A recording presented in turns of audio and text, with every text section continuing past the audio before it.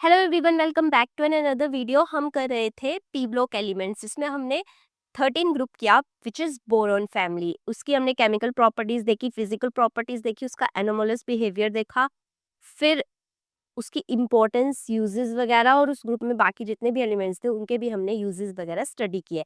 आज हम करने वाले हैं अपना next group which is group 14, जिसको हम बोलते हैं कार्बन फैमिली।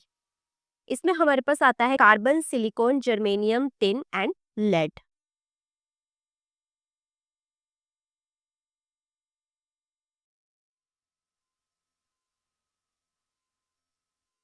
तो ये हमारा ग्रुप 14 है, जिसमें कार्बन का एटॉमिक नंबर होता है 6 और ये हमारा 14 ग्रुप है। अब carbon is the 17th most abundant element present in the earth's crust, और ये नेचर में वाइडली डिस्ट्रीब्यूटेड है, फ्री स्टेट में भी और कंबाइंड स्टेट में भी।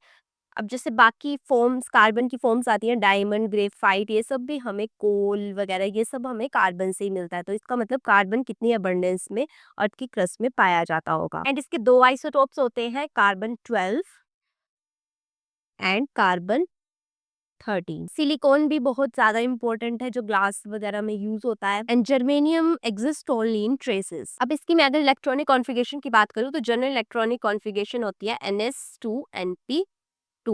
इसमें दो इलेक्ट्रॉन प्रेजेंट होंगे। जब हमने ग्रुप 13 किया था बोरन फैमिली, तो उसकी थी NS2 NP1। अब इसमें एक इलेक्ट्रॉन और ऐड हो जाएगा, तो इसलिए NP2। देयर इज अब मैं एटॉमिक रेडियस की बात करूं तो कंसिडरेबल इंक्रीज देखने को मिलता है हमें कार्बन से सिलिकॉन की तरफ को, एटॉमिक रेडियस का।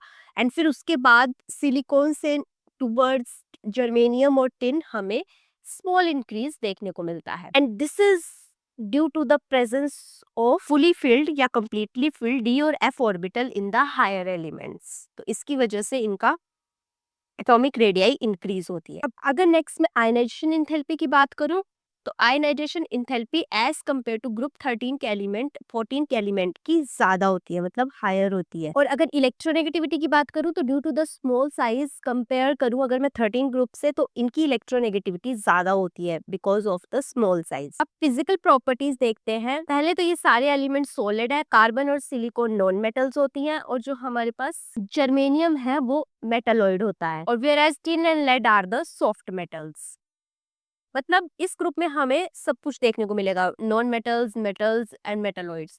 कार्बन और silicon non metals, germanium metalloid, और जो ये टिन और लेड है ये सॉफ्ट मेटल्स होती है। और जो मेल्टिंग और बॉइलिंग पॉइंट होता है इनका एज कम्पेयर टू 13 ग्रुप के कंपैरिजन में वो हाई रहता है 14 ग्रुप के एलिमेंट्स। सो ये कुछ इंपॉर्टेंट फिजिकल प्रॉपर्टी थी अबाउट 14 ग्रुप या फिर कार्बन फैमिली के बारे में।